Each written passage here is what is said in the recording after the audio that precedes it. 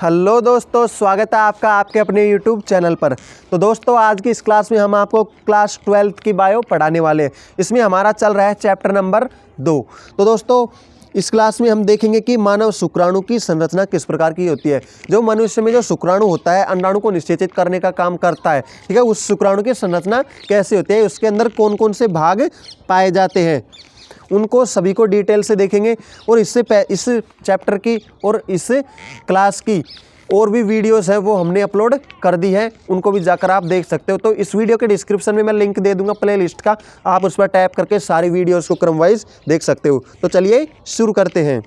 तो यहाँ पर हमारा पॉइंट है मानव शुक्राणु की संरचना। हम देखेंगे कि मानव शुक्राणु की संरचना कैसी होती है, उसके अंदर कौन कौन से भाग होते हैं। तो सबसे पहले डेफिनेशन देख लेते हैं कि मानव शुक्राणु की आकृति टेडपोल के समान होती है, जो मुख्य रूप से निम्नलिखित 4 भागों से मिलकर बनी होती है, जिसे शीर्ष भाग, ग्रीवा, मध्य भाग, पूंछ कहते हैं। जो मानव शुक्राणु की आकृति किस प्रकार की होती है, टेडपोल। टेडपोल क्या होता है, एक लार्वा होता है, उसके जैसी होती है, जो कितने भागों से मिलकर बना होता है, मुख्यतः 4 भागों से मिलकर बनता है। मतलब 4 भाग मिलकर ही मानव शुक्राणु का निर्माण करते हैं। तो देखते हैं 4 भाग कौन कौन से होते हैं। यहाँ पर शीर्ष भाग, जो सबसे ऊपर का शीर्ष मतलब सिर या फिर ऊपर ही ऊपर वाला भाग, और ग्रीवा, ग्रीवा मतलब होता है गला, ठीक है, गला मतलब गर्दन, ठीक है, और मध्य भाग मतलब बीच वाला भाग, और पुच्छ मतलब पूंछ, ठीक है। मतलब सिर, ग्रीवा, मध्य भाग और पूंछ में बटा होता है। तो यहाँ पर हम क्या करेंगे, शुक्राणु को बिल्कुल डिटेल से पढ़ेंगे डायग्राम की सहायता से भी। तो देखते हैं आगे। जो शुक्राणु है उसका डायग्राम हम बाद में देखेंगे, पहले हम थ्योरी को पढ़ लेते हैं कि शीर्ष भाग क्या होता है, मध्य भाग क्या होता है, ग्रीवा क्या होती है, पूंछ क्या होता है। तो सबसे पहला आ गया है हमारा शीर्ष भाग क्या होता है। देखिए, शुक्राणु का शीर्ष भाग तिकोना, चम्मचनुमा एवं चट्टा होता है। ये कैसा होता है, त्रिकोना होता है। त्रिकोना मतलब 3 कोने होते हैं इसमें, ठीक है। और चम्मचनुमा, चम्मच होता है, छोटा चम्मच होता है हमारा, स्पून होता है, ठीक है, वो आगे से जो आगे से नुकीले टाइप का होता है, ठीक है, उस प्रकार से। और चपटा हुआ होता है। चपटा हुआ मतलब आगे देखते हैं कैसा होता है, डायग्राम में देखेंगे अपन बिल्कुल अच्छी तरीके से। जिसमें एक बड़ा अगुणित केंद्रक होता है, केंद्रक में केवल गुणसूत्र होते हैं।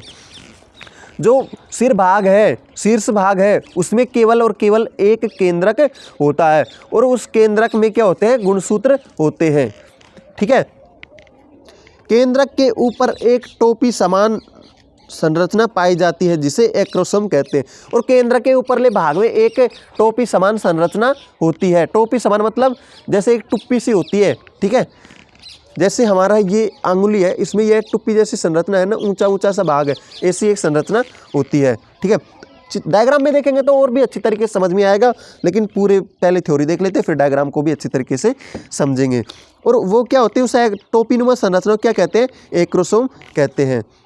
तो भैया देखते पहले एक्रोसोम भी क्या होता है। एक्रोसोम का निर्माण गोल्जी काय से होता है। किससे होता है इसका निर्माण, इसका निर्माण होता है गोल्जी काय से, ठीक है। तो देखते हैं एक्रोसोम के शीर्ष भाग में एक्रोसोमल कणिका एवं हाइड्रोलाइटिक प्रकार के एंजाइम पाए जाते हैं, जो अंडभेदन का कार्य करते हैं। अब भैया जो एक्रोसोम है, ठीक है, इसमें क्या होता है, इसमें एक एक्रोसोमल कणिका में द्रव पाया जाता है, ठीक है, या उस बोलते हैं एक्रोसोमल कणिका में द्रव, या फिर एक एंजाइम होता है जिसको कहते हैं हाइड्रोलाइटिक एंजाइम, ठीक है, हाइड्रोलाइटिक एंजाइम। अब भैया ये एंजाइम क्या काम करता है वो भी देखेंगे हम। जो ये हाइड्रोलाइटिक एंजाइम होता है वो क्या काम करता है, जब शुक्राणु क्या करता है, अंडाणु को निषेचित करने के लिए जाता है और जाकर जैसे ही अंडाणु को अड़ता है, तो उसकी बाहरी लेयर पे क्या करता है, जो ये हाइड्रोलाइटिक एंजाइम है उसको डाल देता है। और वो डालते ही वो जो अंडाणु की बाहरी भित्ति होती है वो क्या होती है, गल जाती है, और वहाँ पर एक होल बन जाता है, और उस होल में से होते हुए अंडाणु के अंदर शुक्राणु प्रवेश कर जाता है। मतलब क्या हुआ, जो अंडाणु की बाहरी भित्ति को गलाने के लिए क्या हाइड्रोलाइटिक एंजाइम काम में लिया जाता है। और हाइड्रोलाइटिक एंजाइम कहाँ पर होता है, एक्रोसोम में होता है। ओके, उम्मीद करता हूँ समझ में आ रहा होगा, बहुत ही डिटेल से पढ़ा रहे हैं हम। तो एक्रोसोम एवं केंद्रक के मध्य एक रिक्त स्थान पाया जाता है, जिसे परफोरेटोरियम कहते हैं। जो एक्रोसोम और केंद्रक होता है, ठीक है, उसके बीच में भी एक रिक्त स्थान होता है और उस रिक्त स्थान को क्या कहते हैं? परफोरेटोरियम कहते हैं। डायग्राम में आपको बताऊंगा कि यह कहाँ पर होता है, ठीक है। यहाँ पर हमारा पहला भाग हो चुका है। अब देखते हैं हम यहाँ पर ग्रीवा। ग्रीवा क्या होता है? शीर्ष भाग कंप्लीट हो चुका है। ग्रीवा नेक, नेक का मतलब क्या होता है हिंदी में? गर्दन, गर्दन या फिर ग्रीवा। तो देखते हैं कि शुक्राणु के शीर्ष एवं मध्य के बीच एक छोटा सकरा छिद्र पाया जाता है, जिसे ग्रीवा कहते हैं। शुक्राणु के शीर्ष भाग और मध्य भाग के बीच में एक ग्रीवा या गर्दन के रूप में एक संरचना होती है, इसी को ग्रीवा कहते हैं।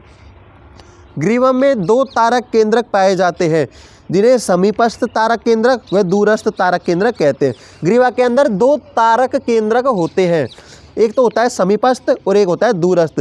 समीपस्थ मतलब पास वाला, दूरस्थ मतलब दूर वाला, ठीक है, बिल्कुल सिंपल।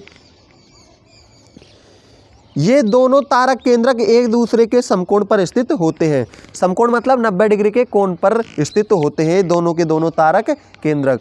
तो कार्य देखते हैं इनके, किनके? तारक केंद्रक के कार्य, ठीक है।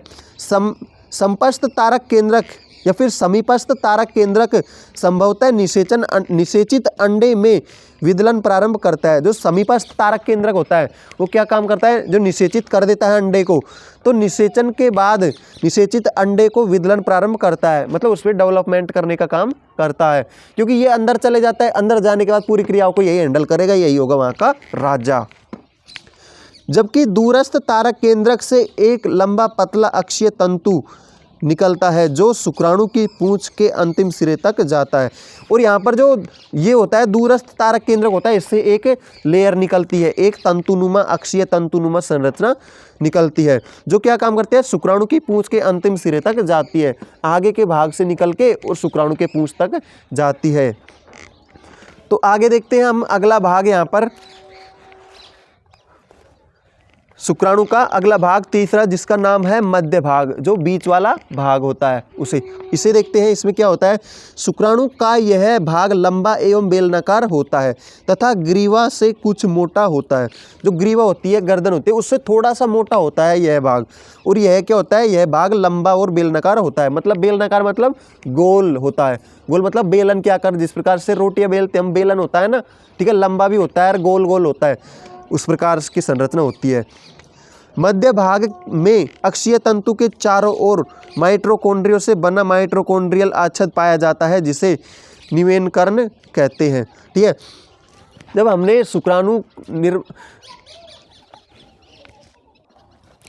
हमने देखा था कि शुक्राणु निर्माण किस प्रकार से होता है, तो हमने वहाँ पर देखा था कि जो माइटोकॉन्ड्रिया थी वो बहुत सारी माइटोकॉन्ड्रिया क्या होती है, वहाँ पर जो शुक्राणु के पीछे वाले भाग में क्या होती है? आकर इकट्ठा हो जाती है और उसके ऊपर एक द्रव जो अंदर होता है, जो द्रव वो सारा लिपट जाता है, जिससे उसकी क्या बनती है? पूंछ बनती है। तो पूंछ वाले भाग में क्या होता है? माइटोकॉन्ड्रिया होते हैं, ठीक है, जो क्या काम करते हैं? गति प्रदान करने का काम करते हैं। वो सब हमने कब देखा था? जब हमने देखा था शुक्रजनन में। शुक्रजनन मतलब शुक्राणु के निर्माण में। हमने शुक्रजनन और अंडजनन को भी डिटेल से पिछली क्लास में डिस्कस कर लिया है, उनको भी जाकर आप जरूर से चेकआउट कर लेना, क्योंकि बहुत ही इंपॉर्टेंट टॉपिक है, वो भी अक्सर एग्जाम में पूछे ही जाते हैं। तो यहाँ पर क्या हुआ? अक्षीय तंतु के चारों ओर माइटोकॉन्ड्रियल आच्छद पाया जाता है, जिसे निवेनकर्ण कहते हैं, जो एक संरचना बनती है, ठीक है। माइटोकॉन्ड्रिया से एक संरचना बनती है, ठीक है। इस निवेनकर्ण के चारों ओर जीव द्रव्य की पतली झिल्ली पाई जाती है, जिसे मैनचेट कहते हैं।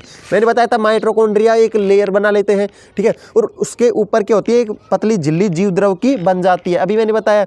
और उस जीव द्रव्य की झिल्ली के बनने के बाद जो संरचना बनती है उसी को कहते हैं मैनचेट कहते हैं, ठीक है। तो देखते हैं मध्य भाग के अंतिम सिरे पर सूक्ष्म तंतुओं से बनी एक वलय समान संरचना पाई जाती है, जिसे मुद्रिका तारक केंद्रक कहते हैं।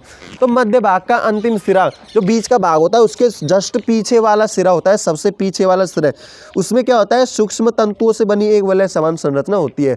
छोटे छोटे सूक्ष्म तंतु होते हैं, उनसे एक गोल संरचना बनती है। वलयाकार मतलब गोलाकार संरचना बनती है, जिसे क्या होते हैं? मुद्रिका तारक केंद्रक कहते हैं। क्या नाम से जानते हैं? मुद्रिका तारक केंद्रक। तो कार्य देखते हैं इस मुद्रिका तारक केंद्र का क्या कार्य है भैया शुक्राणु के अंदर। तो मुद्रिका तारक केंद्रक निवेनकर्ण को मध्य भाग से बाहर निकालने में से रोकती है। ठीक है, जो मुद्रिका तारक केंद्र क्या होता है, निवेन कर्ण को मध्य भाग से, बीच के भाग से बाहर जाने से उसको रोकती है। मध्य भाग से वह बाहर नहीं जाए इसलिए उसको क्या करती है, रोक के रखती है। कौन, मुद्रिका तारक केंद्रक। तो आगे देखते हैं, शुक्राणु के मध्य भाग को ऊर्जा कक्ष कहते हैं। बीच का भाग होता है उसको क्या कहते हैं, ऊर्जा कक्ष, जो क्या काम करता है, ऊर्जा प्रदान करने का काम करता है, गति प्रदान करने का काम करता है। क्योंकि शुक्राणुओं को गति प्रदान करने के लिए आवश्यक ऊर्जा इसी मध्य भाग से में उपस्थित होती है, उपस्थित माइटोकॉन्ड्रियल आच्छद से प्राप्त होती है। तो माइटोकॉन्ड्रिया को क्या कहते हैं, माइटोकॉन्ड्रिया को कहते हैं यहाँ पर पावर हाउस कहते हैं। ठीक है, या फिर बिजली घर कहते हैं। क्यों, क्योंकि माइटोकॉन्ड्रिया क्या करता है, ऊर्जा प्रदान करने का काम करता है। और जो मध्य भाग होता है उसमें बहुत सारे माइटोकॉन्ड्रिया होते हैं और वो क्या करते हैं, शुक्राणु को ऊर्जा प्रदान करने का काम करते हैं। तो जो बीच वाले भाग में सबसे ज़्यादा माइटोकॉन्ड्रिया है, तो जो मध्य वाला भाग है उसको, उसमें जो माइटोकॉन्ड्रियल आच्छद होती है वो क्या काम करते हैं, ऊर्जा प्रदान करने का काम करती हैं। और शुक्राणु को ऊर्जा मिलेगी तभी तो वो गति करेंगे। ठीक है, तो आगे देखते हैं। अब सबसे अंतिम भाग आ चुका है हमारा पूंछ। पूंछ को इंग्लिश में कहते हैं टेल। ठीक है, तो देखते हैं पूंछ अंतिम भाग शुक्राणु का। यह शुक्राणु का अंतिम भाग होता है, शुक्राणु का सबसे पीछे वाला भाग होता है, जिसमें अक्षीय तंतु एवं उसके बाहर कोशिका द्रव की पतली परत पाई जाती है। अक्षीय तंतु और उसके ऊपर क्या होते हैं, कोशिका द्रव की एक पतली लेयर होती है। ठीक है, अक्षीय तंतुओं की व्यवस्था 9+2 होती है। ठीक है, जो अक्षीय तंतु होते हैं उनसे तंतुओं की व्यवस्था कैसे होती है, 9+2, मतलब 9 एक तरफ और 2 एक तरफ, 9 एक तरफ 2 एक तरफ, इसलिए 9+2 व्यवस्था कहते हैं। शुक्राणु अपनी पूंछ के द्वारा ही गति करता है। शुक्राणु गति कैसे करता है, अपनी पूंछ के द्वारा ही करता है। संपूर्ण शुक्राणु एक पतली सेल्स झिल्ली के द्वारा परिबद्ध होता है। जो संपूर्ण शुक्राणु होता है, पूरा शुक्राणु उसके सिर से लेकर उसकी पूंछ सब कुछ एक पतली झिल्ली से ढकी होती है या परिबद्ध होती है। ओके, तो यहाँ पर शुक्राणु क्या करता है, गति किस प्रकार से करता है, शुक्राणु गति करता है अपनी पूंछ से। शुक्राणु होता है वो क्या काम करता है, अपनी पूंछ के द्वारा ही गति कर पाता है। क्योंकि जो पूंछ होता है उसके जस्ट ऊपर वाला भाग होता है, मध्य भाग, उसमें क्या होते हैं, माइटोकॉन्ड्रिया होते हैं जो उसको ऊर्जा प्रदान करते हैं और पूंछ से गति करके वो आगे की तरफ गति करने लग जाता है। जो अपरिपक्व शुक्राणु होता है उसमें पूंछ नहीं बनती है। ठीक है, और जो परिपक्वन प्रावस्था होती है उसमें ही जाकर उसमें पूंछ बनती है। ठीक है, ये हमने पिछली क्लास में जो पिछला लेक्चर था उसमें भी डिस्कस किया था कि शुक्राणु में क्या, जब शुक्रजनन पढ़ा था हमने तो हमने देखा था कि वहाँ पर जो अपरिपक्व शुक्राणु थे उनमें पूंछ नहीं बनी थी और परिपक्व में पूंछ बनी थी। ठीक है, पूंछ से ही तो गति करेगा। और जो अपरिपक्व शुक्राणु थे जिनमें पूंछ नहीं बनी थी वो अचल होते थे। अचल मतलब गति नहीं करते थे। और जो शुक्राणु परिपक्व थे वो चल होते थे क्योंकि उनमें पूंछ पाई जाती थी और पूंछ से गति करेगा। तो अब देखते हैं शुक्राणु का डायग्राम।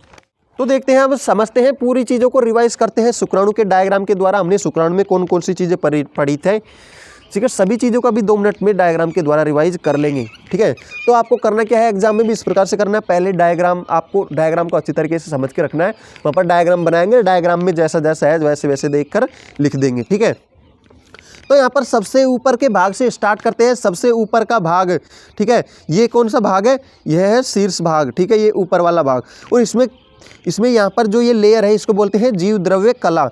ठीक है, इसमें क्या होता है, एक द्रव होता है, द्रव भरा रहता है। ठीक है, और यहाँ पर होता है एक्रोसोम। ठीक है, तो एक्रोसोम होता है, इसमें क्या होता है, एक हाइड्रोलाइटिक एंजाइम होता है। मेरे प्यारे बच्चों को, मेरे प्यारे रसगुल्लों को, मेरे प्यारे लड्डुओं को, मेरे प्यारे गुलाब जामुन को मैंने बताया था कि एक्रोसोम के अंदर हाइड्रोलाइटिक एंजाइम होता है। तो क्या होता है, अंडाणु का जो भाग होता है बाहरी लेयर उससे यहाँ से जाकर टकराएगा और यहाँ से जो हाइड्रोलाइटिक एंजाइम है वो यहाँ पर छोड़ देगा और अंडाणु की भित्ति है वो गल जाएगी और गल कर वो यह अंदर प्रवेश कर जाएगा बेचारा आसानी से। ठीक है, तो इसके नीचे होती है परफोटोरेटोरियल्स। ठीक है, परफोरेटोरो, तो यहाँ पर होती है परफोरेटोरियम। ठीक है, यहाँ पर होती है, मैंने बताया था एक्रोसोम के जस्ट नीचे वाला जो एक्रोसोम के और केंद्रक के बीच में एक रिक्त स्थान होता है वहाँ पर, ठीक है। तो यहाँ पर जो शुक्राणु का सिर है, शीर्ष वाला भाग है, वहाँ पर एक केंद्रक होता है जिनमें गुणसूत्र पदार्थ पाए जाते हैं, ठीक है, गुणसूत्रीय संरचनाएं होती है। यहाँ पर देख सकते हैं मध्य में एक क्या है, केंद्रक युक्त गुणसूत्र पदार्थ है। तो इससे जस्ट नीचे आते हैं तो यहाँ पर हमारे गर्दन आ जाती है, किसकी, शुक्राणु की गर्दन आ जाती है, जहाँ पर क्या होते हैं, एक तो समीपस्थ तारकाय होता है, हमने पढ़ा था, और एक होता है दूरस्थ तारकाय। फिर यहाँ पर गर्दन के जस्ट नीचे वाला भाग, ठीक है, इसमें क्या होता है, वो क्या होता है, मध्य भाग होता है। और इस मध्य भाग में क्या होता है, माइटोकॉन्ड्रियल आच्छद या निवेनकर्ण होते हैं। यहाँ पर क्या होते हैं, ये माइटोकॉन्ड्रियल की एक परत होती है और इसके ऊपर जो कोशिका द्रव्य या फिर जीव द्रव्य की लेयर होती है, और इसमें क्या होती है, बहुत सारी माइटोकॉन्ड्रिया होती है जो क्या काम करते हैं, ऊर्जा प्रदान करने का काम करते हैं शुक्राणु को, ठीक है। और यहाँ पर अक्षीय तंतु भी होते हैं, एक्सोनीमा, ठीक है, अक्षीय तंतु भी है यहाँ पर, ठीक है, चारों तरफ छोटे छोटे तंतु, यहाँ पर जो तंतु दिखाई देंगे आपको वो क्या होते हैं, अक्षीय तंतु होते हैं। और यहाँ पर ये वाला हिस्सा है, ये स्टार्ट हो रहा है यहाँ से, इसको कहते हैं मैनचेट कहते हैं। तो भैया यहाँ पर क्या हुआ, यहाँ पर जीव द्रव्य की एक लेयर हो गई, देखिए ये वाली लेयर है ना, ये माइटोकॉन्ड्रिया को ढक रही है, इसको ही कहते हैं मैनचेट, ठीक है। तो फिर यहाँ तक ये मध्य भाग पूरा हो चुका है, और यहाँ से जो ये भाग आ रहा है इसको कहते हैं पूंछ या फिर टेल, जो क्या काम करती है, शुक्राणुओं को गति प्रदान करती है। यह अपनी पूंछ को हिलाते हुए गति करता है, ऐसे ऐसे ऐसे करते हुए गति करता है, जिससे आगे की तरफ बढ़ता जाता है। तो इस प्रकार से हमने मानव शुक्राणु की संरचना को बहुत ही डिटेल से पढ़ लिया है।